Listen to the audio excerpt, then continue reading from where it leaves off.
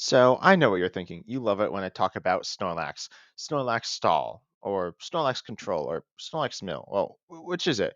I have personally heard all three, and I've probably heard other things as well.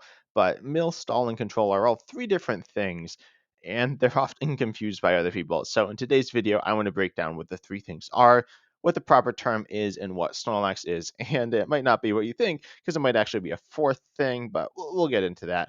Also, one word of warning before we hop into things. As I said, I've heard all three. Control, stall, and mill are often all mixed up as well, and it doesn't necessarily seem like there's one consensus, but this is what I've heard the most and what I believe is the most accurate. That being said, as I said, people will say other things, so just make sure you're clear when you're talking about what deck it is. Just say Snorlax with the ability block, and people will know.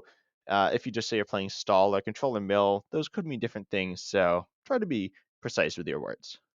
Of course, mill, stall, and control are all generally thought of as forcing your opponent to run out of cards as opposed to taking six prizes or taking knockouts. That being said, many control decks can sometimes take knockouts, but the main idea is for them not to do so. Control, stall, and mill are all three archetypes, but you can play a deck with all three, and in some sense, the Snorlax deck does play all three. That being said, it is definitely one type of thing, and when you're talking about the Snorlax deck, the archetype would be focused around playing Snorlax and playing cards like Boss's Orders to bring your opponent's Pokemon into the active and stopping him from retreating using Snorlax itself. So, when talking about Snorlax, yes, you can play mill cards, you can play stall cards, and you can play control cards, but Snorlax itself is really one of the three. But the simplest of the three to break down is going to be Mill. Mill is actually, I believe, from Magic the Gathering, as many things from Pokemon are. And there was a card I think called Millstone. I don't really know. But, anyways, the point is that you want to deck your opponent out of cards, aka force them to not be able to draw cards at the beginning of their turn. If you can't draw cards at the beginning of your turn, you will just lose. And so you want to discard cards from the top of your opponent's deck. There are a few ways to do this, but the general one is, well, what I'd call general mill. Cards such as Durant or the new Great Tusk just discard cards to the top of your opponent's deck, and if you discard all of them before the start of your opponent's next turn, then you win. There are cards like Misfortune Sisters, which are mill, which mill only certain types of cards, which Snorlax does play, but it's certainly not the main focus of the deck. And you can also technically mill your opponent by forcing him to draw cards. One example is, I think it's called Imposter Oak or something. I don't know. It's a pretty old card which was played some I've heard, although I haven't actually seen people play it. I've seen people talk about it. But then you can also do the same thing with Iono, forcing your opponent to draw cards. But that means your opponent needs to have not taken a lot of prizes and also have a small hand. And of course, you're then actually giving your opponent more cards. So that's generally not the way to go down about milling. But it is technically an option, and you'll occasionally see it. But for the most part, mill is just discarding cards from the top of your opponent's deck through stuff like Durant, Crabominable V, which is in current standard format, Chiyu EX, which is also in current standard format and will be surviving rotation, and Great Tusk, which is the Great Tusk Mill deck, which is about discarding cards from the top of your opponent's deck. The Great Tusk Mill deck does have other aspects. It does have stall and it does have control, and we'll talk about that, but it's mostly melee. You're just discarding cards, and it's the most straightforward. You are also pretty much always attacking. Control install, as we'll talk about, are not necessarily attacking. Also, with mill, you're almost certainly never going to be taking six prizes or any prizes at all. Control install, you definitely can, more so with stall, but as I said, we'll get into that. Next up, we have stall. Stall is also relatively straightforward, and the main idea of stall is to stop your opponent from taking prize cards. Now, control also kind of does that, but stall specifically is exactly stopping them from taking prize cards. And what I mean by this is stopping their attacks and the effectiveness of their attacks. Now, there is a type of deck that I'm going to say a type of deck. It's not really a type of deck. It's one specific card or a few specific cards that actually give your opponent prize cards. So it increases their prize count, meaning that it's kind of counteracting them. You could potentially put this under stall. I don't really know. It's not really a deck that actually exists. It's a deck that could theoretically exist. I think it was in a Tricky Gym video one time, which Andrew Mahone just passed for 30 turns. And so they were able to get a bunch of extra cards in the prizes, but for the most part, this isn't an actual thing. What stall actually is either healing or walling or immunity. So, for example, Mimikyu. is immune to Pokemon V's and EXs and is therefore a stall card. Additionally, Penny. So if you're being hit into, you play Penny to heal up, or Cheryl, or Sharon's Care, or some other healing card, and you loop that over and over again, that will be considered stall. Now, some of you may be thinking, I've seen those cards played in lots of decks that are certainly taking 6 prizes, and that's 100% right. One deck, Dracozolt VMAX, is a very stall based deck, but it is also able to take 6 prizes. And in fact, your goal will be to take 6 prizes, but you're going to be buying an absurd amount of turns and essentially stopping your opponent from doing any meaningful damage throughout the course of the game. So then from there, you just want to be potentially taking prizes, but you can do it very slowly. Mimikyu does 70 damage every turn, and that's not a lot.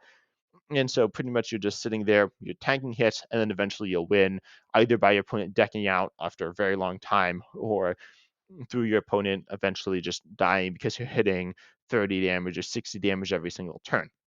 But of course, Penny is a healing card, and that is played in Snorlax. So Snorlax, you could call it Snorlax Stall because of Penny, but as I said, Penny's not the main win condition. The main win condition is Snorlax, and Snorlax is just sitting there and is stopping him from retreating. But in certain matchups, such as specifically the Lost Zone matchup, you may actually win that matchup by using a stall-based strategy. But keep in mind that that's not the default, although the deck does have some stall aspects. One stall deck that is arguably exactly the definition of stall is the deck called Wall Stall. If you look on the Limitless webpage, there is a deck called Wall Stall. It's very confusing, and I don't entirely understand it, and it's not actually one deck, but it's just a bunch of decks that have high HP or immunity. You have cards like Hoopa, which is like Mimikyu, which is immune to Pokemon, certain types of Pokemon, and you have Pokemon like Whirler EX with massive amounts of HP. Then you recover. Another deck that is a stall-based deck is Sylveon, in Sylveon, you do a number of different things. You would have some control aspects, potentially some mill aspects, but then you'd have stall in the form of, I believe it was Lusamine and Acerola, which you would just recover your Acerolas, and stall you need recovery. And so then you will just play Acerola essentially every turn or every other turn. And eventually your opponent will run out of resources or just deck out, and you'll be just essentially invincible the entire game. Aside from that, stall is generally not played all on its own. It's often played with a lot of control aspects and oftentimes mill aspects or damaging aspects, and there's a lot of things that go into stall decks. Arceus V-Star is a stall deck, kind of, if you play Sharon's Care, but it's not exactly a stall deck. Of course, you're doing big damage.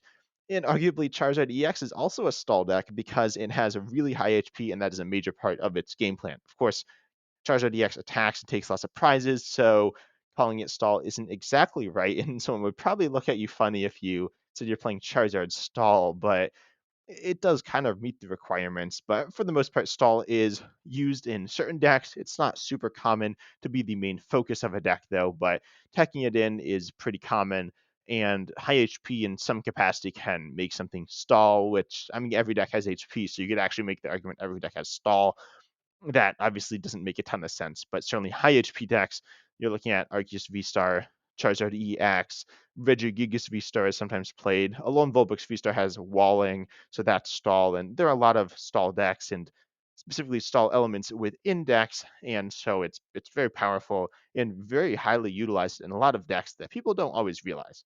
Lastly, we have control, and that would mean that Snorlax is control, which I will say that I believe Snorlax is control. As I said earlier in the video in the intro, you could make an argument that's a fourth type, especially because it's a very prominent type and subcategory of control, but I would call it Snorlax control. And in my videos, I try to call it Snorlax control because I believe that's the most accurate description.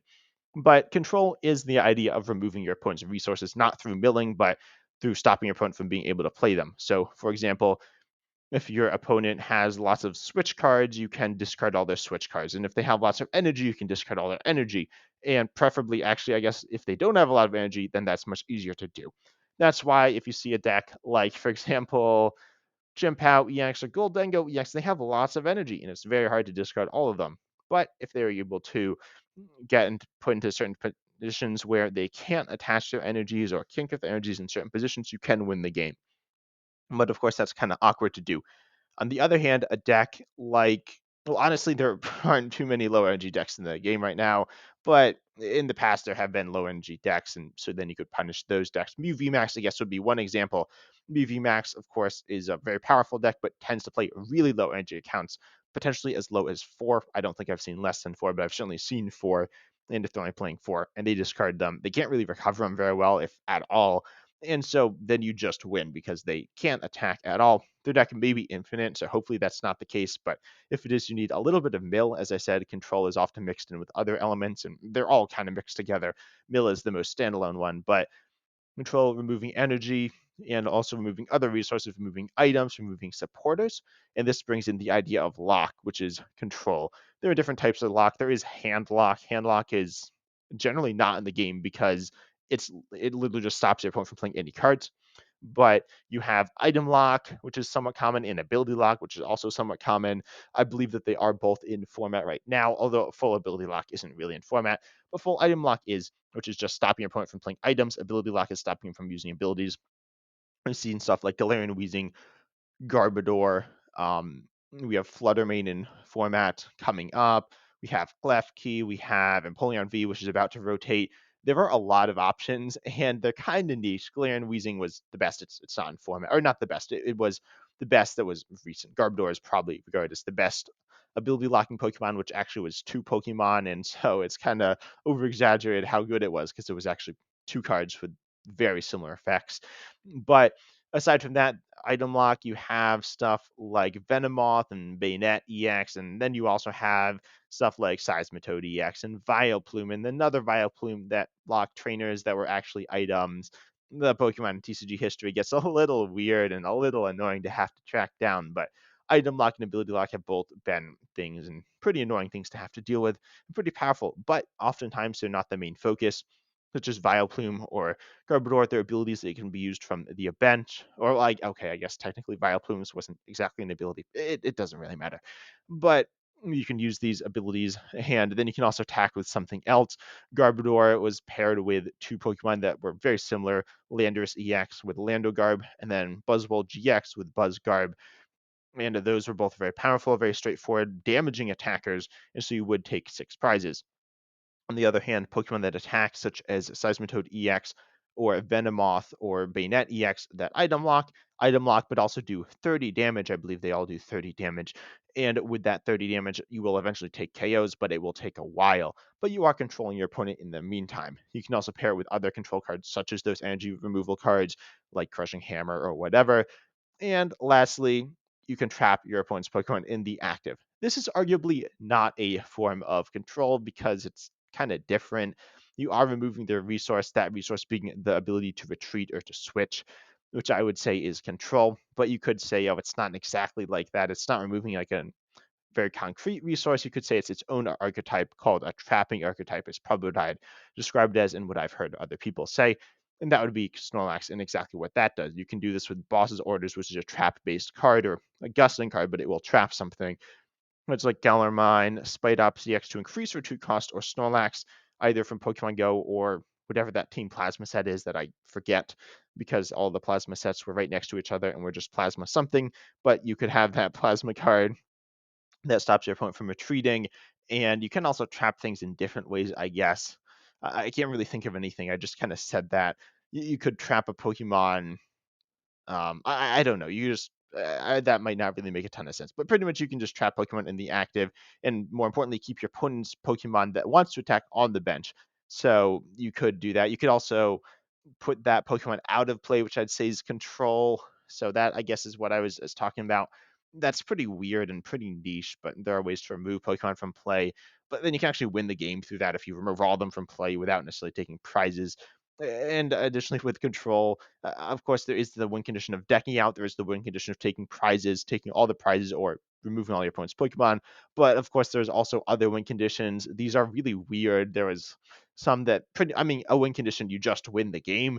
There were a few unknown. There were actually 3 that all just had the effect or the ability that said if it was in the active and you met some certain condition, you would just win the game. But you'd, of course, need to pair this with some form of control, most likely, in order for you to get it to actually work. They ended up getting banned. There are some weird things with control.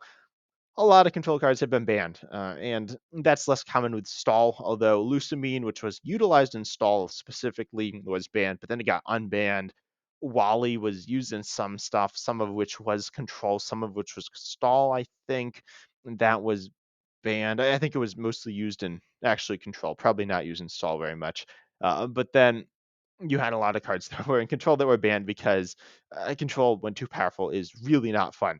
Stall when too powerful is also not fun, and mill is arguably not fun. But I feel like mill is generally the most beloved of the three, if you could call it that. But for the most part, Snorlax is control, right? It's trapping if you want to call it that as well, which is, I'd say, a subcategory of control. But you could say it is a completely different category, which is fair. But Snorlax isn't stall. I mean, unless you're talking about penny looping. Penny looping is a form of stall, but I mean, stall. I don't think people are saying Snorlax Penny Loop is the deck. If it is, then they're better Pokemon to loop than Snorlax because they're Pokemon with more HP. And of course, giving the higher HP cards, Bravery Charm, stuff like that, that is a form of stall, and you're kind of mixing them together. But for the most part, Snorlax it's a control deck, right? So there you go. You learned the lesson. Snorlax is Snorlax control. Calling it Snorlax stall is probably not the most accurate. If you really know what you're talking about and you want to talk about some specific aspect of it, or you can even call it Snorlax and Mill if you have very heavy amounts of Mill in the deck, then I guess you could. But for the most part, the general Snorlax deck is Snorlax control.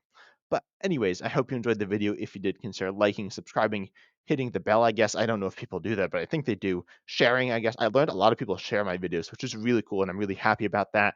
And I'm going to be doing some more content in the future as well, some more edited content like this. This is somewhat edited, but not a ton. But overall, I'm really excited. I'm in a bit of a new environment. I'm a little under the weather, but that means my content will only improve from here. So I hope you enjoyed, and I'm excited to see you in the next video.